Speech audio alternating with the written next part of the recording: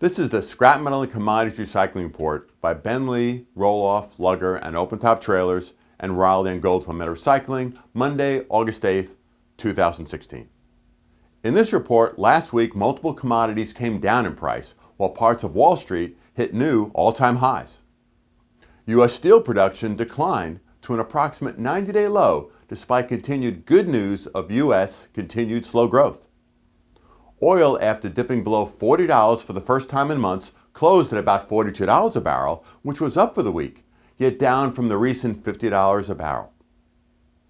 Oil rigs, which use major amounts of steel, rose yet again, and while not up a lot in recent months, the oil rig count is now the highest since March 18th, almost 5 months ago. Iron ore decreased 2% for the week, at $59 a metric ton, which makes it only up about 5% for the year, yet still up about 55% where it was just 9 months ago. Most scrap steel prices will be no change for the month, despite imports of scrap, mainly due to the major reduction of material coming into scrapyards.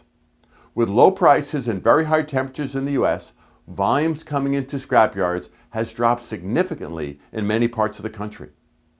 This continued drop, with major amounts of steel and scrap metal substitutes being imported into the U.S., is keeping scrap prices steady, except for higher scrap steel grades, which did decline this month.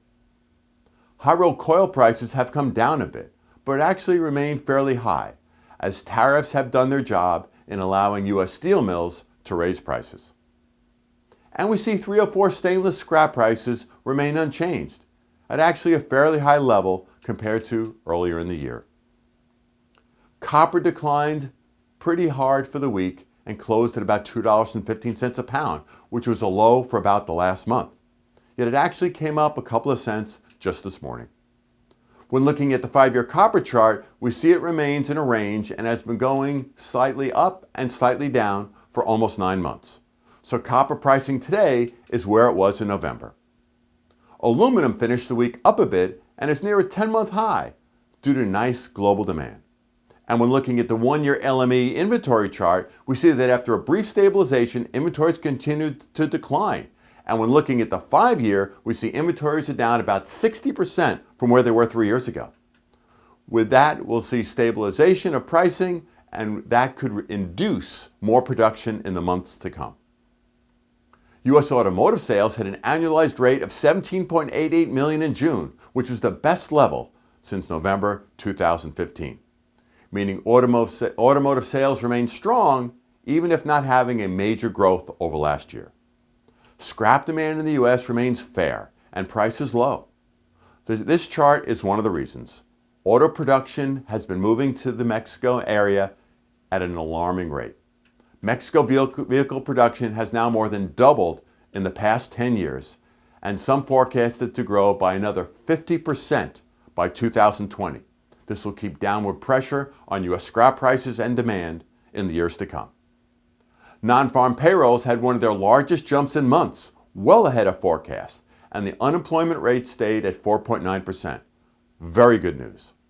On another point, there is an unemployment measure called U6, which is the unemployed people rate plus people that are working part-time but want full-time work. Last month, U6 rose to 9.7% from June's 9.6%, but the 9.6% was the lowest since April 2008, when it was 17%. Again, very good news. On a personal note, my thanks to Brad Gladstone and his Watchdog security team. We had a meeting last week with the Raleigh Police Department and discussed how until we had the Watchdog system, we had 1 to 2 break-ins a month.